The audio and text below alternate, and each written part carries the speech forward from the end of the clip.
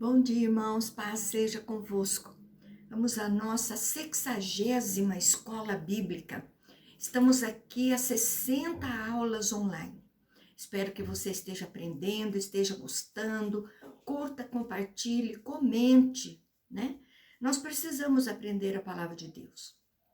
Nesse tempo difícil de pandemia, tenho certeza que você tem um pouco de tempo para gastar com a palavra de Deus. Então vamos aproveitar. Antes tínhamos a desculpa de que não tínhamos tempo, que o nosso tempo era muito abreviado. Mas agora não. Agora nós temos tempo, precisamos ficar aí em isolamento, as lojas, o comércio, tudo está se abrindo, mas nós precisamos aprender a palavra de Deus. Você pode voltar aos cultos que estão ali já aberto, né, a toda a membresia. Você pode estar ali assistindo, né, ouvindo a palavra de Deus, louvando e adorando ao Senhor e aprendendo através da escola bíblica no conforto da sua casa. Amém? Aula passada nós estamos estudando o livro de Atos dos Apóstolos e na aula passada nós estávamos falando sobre Estevão. Estevão foi preso. O povo ali subornou algumas pessoas como testemunha para que pudesse levá-lo ao sinédrio, dizendo que ele havia blasfemado contra Moisés, né? Então, agora nós vamos ver ali Estevão se defendendo destas acusações. Então, abra sua Bíblia, nos acompanhe com a sua Bíblia, é muito bom, tem aí um caderno de anotação. E vamos ali ao livro de Atos dos Apóstolos, capítulo 7, versículos 1 a 3. E disse o sumo sacerdote: porventura é isto assim? E ele disse: varões, irmãos e pais, ouvi. O Deus da glória apareceu a Abraão, nosso pai, estando na Mesopotâmia, antes dele habitar em Harã. E disse-lhe: sai da tua terra, dentre a sua parentela, e dirige-te à terra que eu te mostrar. Então Estevão foi levado ao conselho, ao sinédrio, e temos ali testemunhas, uma acusação formal. Temos aqui um julgamento de acordo com as regras, e Estevão então tem a palavra para sua defesa. Então o sinédrio quer saber agora a versão de Estevão. A Mesopotâmia era uma região fora de Israel, e mostra então que a ação de Deus não é restrita só a Israel. Eles acreditavam que eram o porta-voz de Deus, e Estevão mostra que não era dessa maneira. Verso 4 e 5, então saiu da terra dos caldeus e foi habitar em Harã. E dali, com a morte de seu pai, Deus o trouxe para esta terra em que vos agora habitais. E nela não lhe deu herança, nem sequer o espaço de um pé, mas prometeu dar-lhe a posse dela, e depois dele a sua descendência, não tendo ele filho. Então ali os caldeus eram babilônios que moravam na Mesopotâmia. Então ele relembra a história de que Abraão não tinha filho. Então Abraão e os seus descendentes estão ali agora. Então no verso 6 e 7, e falou Deus que a sua descendência seria peregrina em terra estrangeira, onde seriam escravizados e maltratados por 400 anos. Eu disse Deus, julgarei a nação da qual forem escravos, e depois disso sairão daí e me servirão neste lugar. Então ele fala sobre a profecia da escravidão, 430 anos, uma promessa ali em Gênesis que seriam libertos. Estevão resume tudo, né? E eles estão ali atentos a tudo que Estevão está falando dentro do sinédrio. Verso 8 e 9, então lhe deu a aliança da circuncisão. Assim nasceu Isaque, e Abraão circuncidou ao 8º dia. E de Isaque procedeu Jacó, e este os 12 patriarcas. Os patriarcas, invejosos de José, venderam-no para o Egito, mas Deus estava com ele. Então, a primeira aliança com Abraão, a da circuncisão. Então, Estevão dá informações para se colocar como José e os sacerdotes, como os invejosos resistentes à vontade de Deus.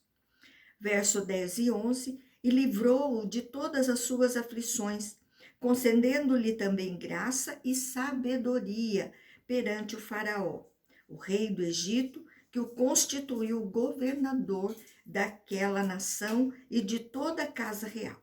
E sobreveio, porém, fome em todo o Egito, e em Canaã houve grande tribulação, e nosso país não achava-se mantimento. Então, Lucas também narra, né, a história ali sobre José. Atos 7, 12 e 13, mas tendo ouvido Jacó que no Egito havia trigo, enviou pela primeira vez os nossos pais.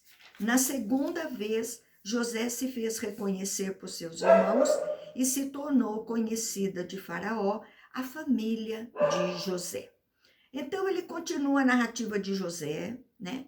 E Estevão está demonstrando que havia perseguição entre o próprio povo escolhido de Deus. Mas Deus conduzia seu povo em triunfo, e fora de Canaã faz seu povo crescer. Então, demonstra Estevão que Deus tira o seu povo fora de Israel, o leva para o Egito e os abençoa. Então, Deus vai abençoar em qualquer lugar que você esteja. Então, ele demonstra que a bênção de Deus não estava restrito ali ao templo, mas estava dentro e fora de Israel. Verso 14 a 16, então José mandou chamar a Jacó, seu pai, e toda a sua parentela, isto é, 75 pessoas. E Jacó desceu ao Egito e ali morreu, ele e também nossos pais, e foram transportados para Siquém e postos no sepulcro que Abraão ali comprara a dinheiro aos filhos de Amor.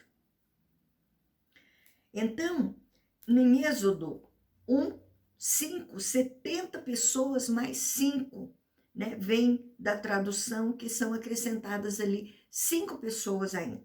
Então, Estevão demonstra que o povo era abençoado fora de Jerusalém também. Em Siquém, que não fica na Judéia, mas em Samaria, e provoca ali um grande tumulto dos patriarcas, né, que estava ali em Samaria. Então, verso 17 a 19, como, porém, se aproximasse o tempo da promessa que Deus jurou a Abraão, o povo cresceu e se multiplicou no Egito, até que se levantou ali outro rei que não conhecia José. E este outro rei tratou com astúcia a nossa raça, torturou os nossos pais a ponto de forçá-lo a enjeitar seus filhos para que não sobrevivessem.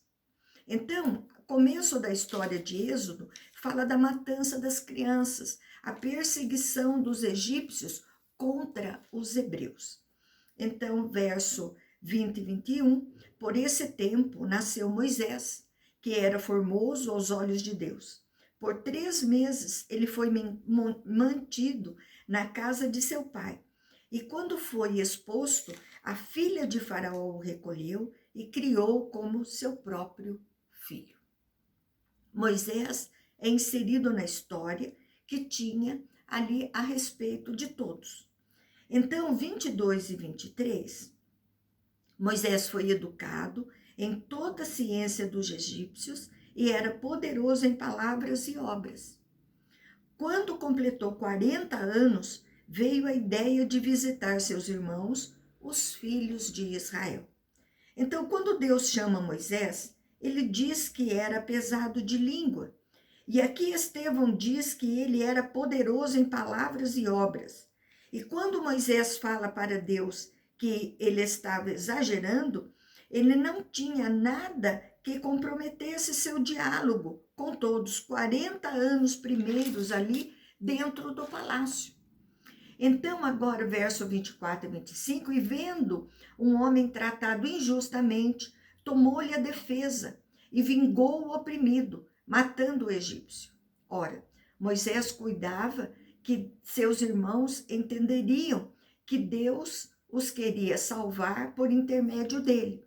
E eles, porém, não compreenderam isso. Então, quando Moisés vai olhar o seu povo, tinha a intenção de ajudá-los, né? Mas ali eles não entenderam desta maneira. Ele queria mostrar que ali no palácio eles tinham um aliado que era ele, mas eles não entenderam isso. Então, verso 26 e 27, no dia seguinte, aproximou-se uns que brigavam e procurou reconduzi-los à paz, dizendo: homens, vós sois irmãos, por que vos ofendeis uns aos outros? Mas o porquê agredia o próximo e o repeliu, dizendo: quem te constituiu autoridade e juiz sobre nós? Então, Estevão demonstra que Moisés está resolvendo questão do seu povo, fora do palácio. Então, Moisés faz o papel de reconciliador. Verso 28 e 29.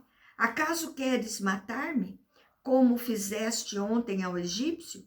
E estas palavras Moisés fugiu e tornou-se peregrino na terra de Midian, onde lhe nasceram 2 filhos. Então o povo acusa Moisés, ao invés de vê-lo como aliado. 40 anos no palácio, agora ele vai 40 anos ali a ficar no deserto. Verso 30 e 31, decorridos 40 anos, apareceu-lhe no deserto do Monte Sinai um anjo, por entre as chamas de uma sarça que ardia. Então Moisés, porém, diante daquela visão, ficou maravilhado e, aproximando-se para observar, ouviu a voz do Senhor. Então, a aparição de Deus no Sinai, mais uma vez, Estevão mostra a presença de Deus fora de Jerusalém, e ali no Monte Sinai. Verso 32, 34, eu sou o Deus de teus pais, o Deus de Abraão, de Isaque e de Jacó. Moisés, tremendo de medo, não ousava contemplá-la, e disse-lhe o Senhor: tira a sandália dos pés, porque o lugar em que estás é terra santa. Vi com efeito o sofrimento do meu povo no Egito, ouvi o seu gemido e desci para libertá-lo. Vem agora e eu te enviarei ao Egito. Então, terra santa para o Sinédrio, Jerusalém era a terra santa. Estevão demonstra que não é a única, e a presença de Deus é que faz o lugar sagrado. Então, o chamado de Deus para Moisés ali está se iniciando.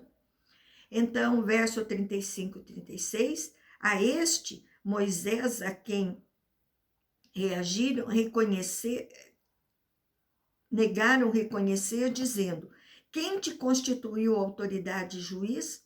A este enviou Deus como chefe e libertador, com a assistência do anjo que lhe apareceu na sarça.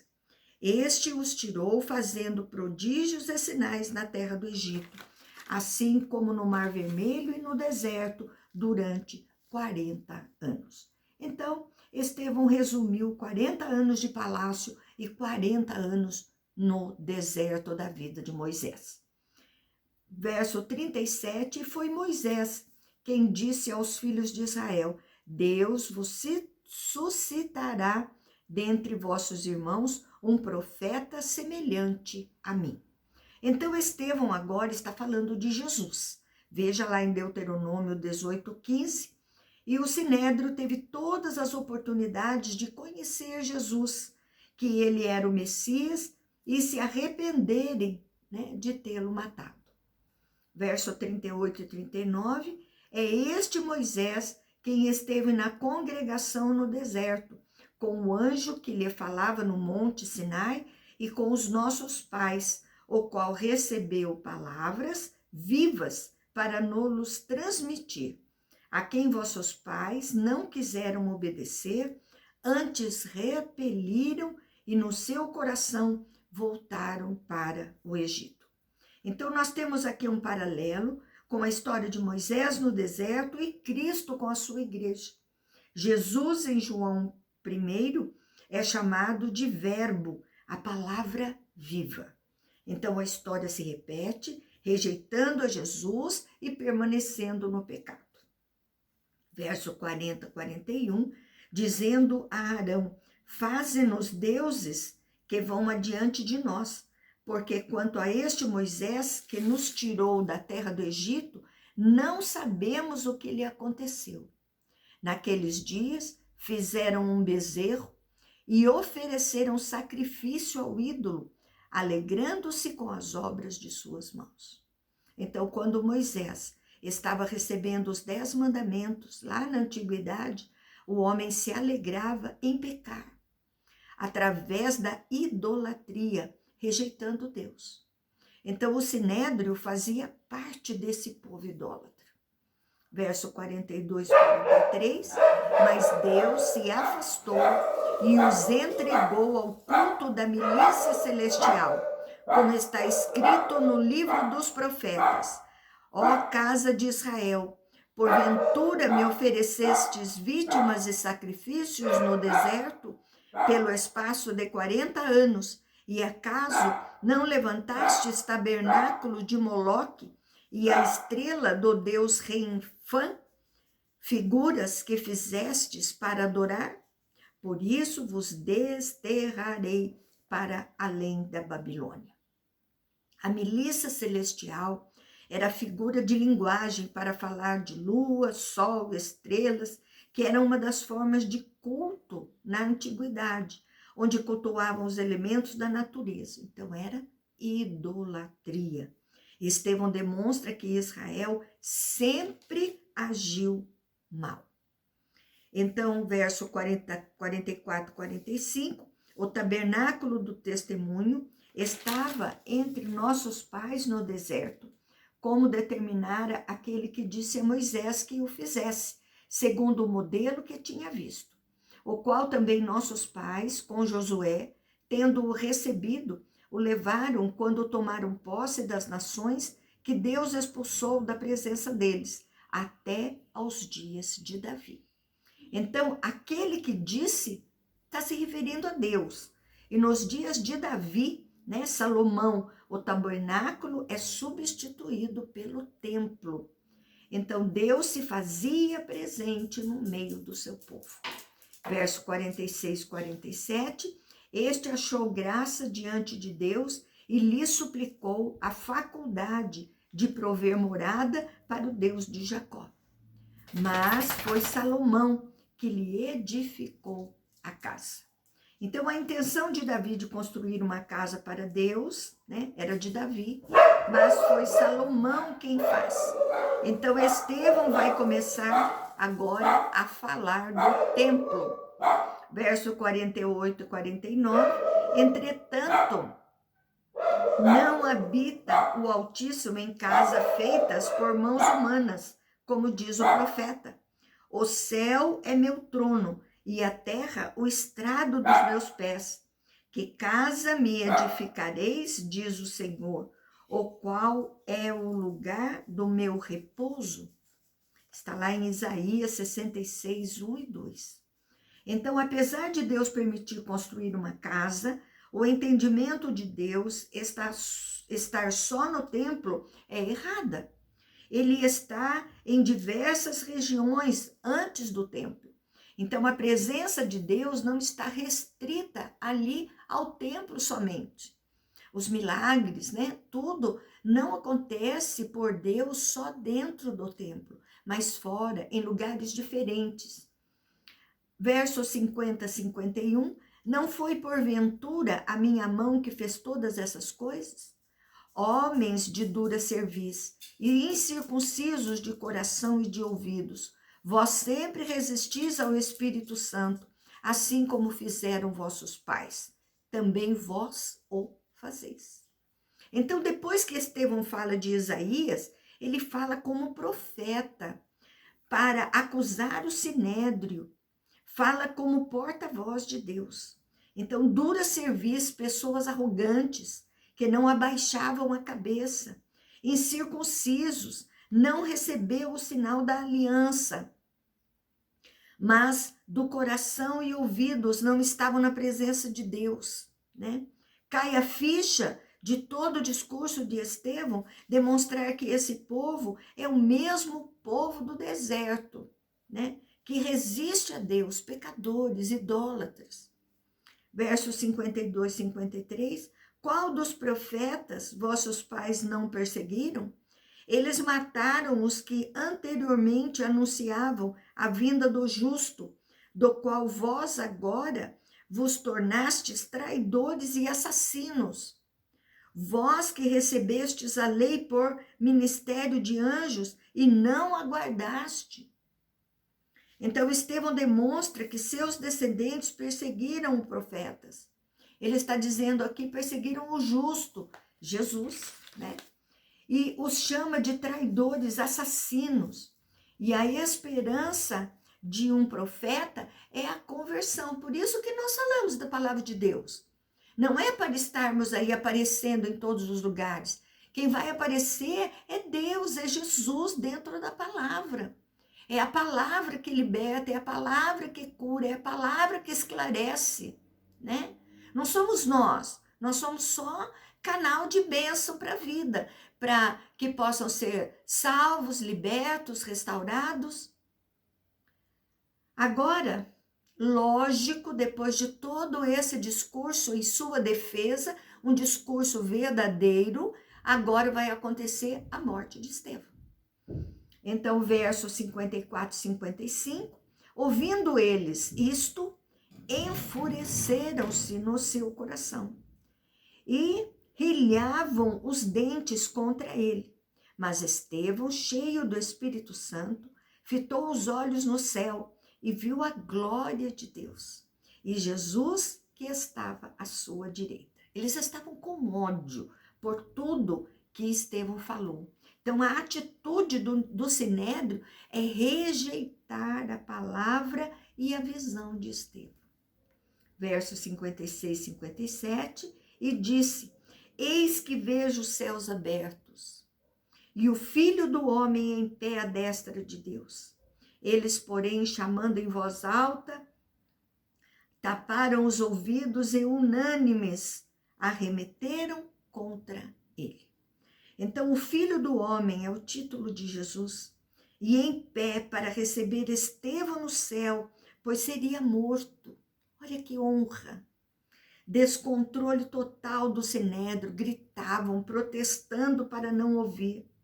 A vida com Deus não é só milagre e prodígios. Muitas vezes vão haver perseguições e até morte. Mas o que fica para nós é o testemunho de não negar o Senhor Jesus, mesmo que perca a vida. Vão surgir dias difíceis aí à frente. Nós já estamos passando por ele. Existem muitas igrejas que estão sendo fechadas, Bíblias queimadas, cristãos mortos. Isso não é coisa só daquela época, não. Acontece nos dias de hoje. Basta você, ao invés de ficar aí vendo postagens, né, erradas, errôneas, ensinamentos errados no Facebook, no Instagram, vá ver as notícias do mundo com referência aos cristãos. Você vai saber o que está acontecendo. Verso 58 a 60 e o capítulo 8, primeira parte do primeiro versículo. E lançando-o fora da cidade, o apedrejaram. As testemunhas deixaram suas vestes aos pés de um jovem chamado Saulo e apedrejaram Estevão, que invocava dizendo, Senhor Jesus, recebe o meu espírito. Então, ajoelhando-se, clamou em voz alta, Senhor, não lhes imputes este pecado. E com estas palavras adormeceu. E Saulo consentia a sua morte. Eles não têm autorização do Sinédrio para matar pessoas, né? Por parte do Império Romano. Assim, por isso Jesus foi levado até Pilatos, né? Então os judeus estavam ali tomados de tanto ódio que não observaram este detalhe.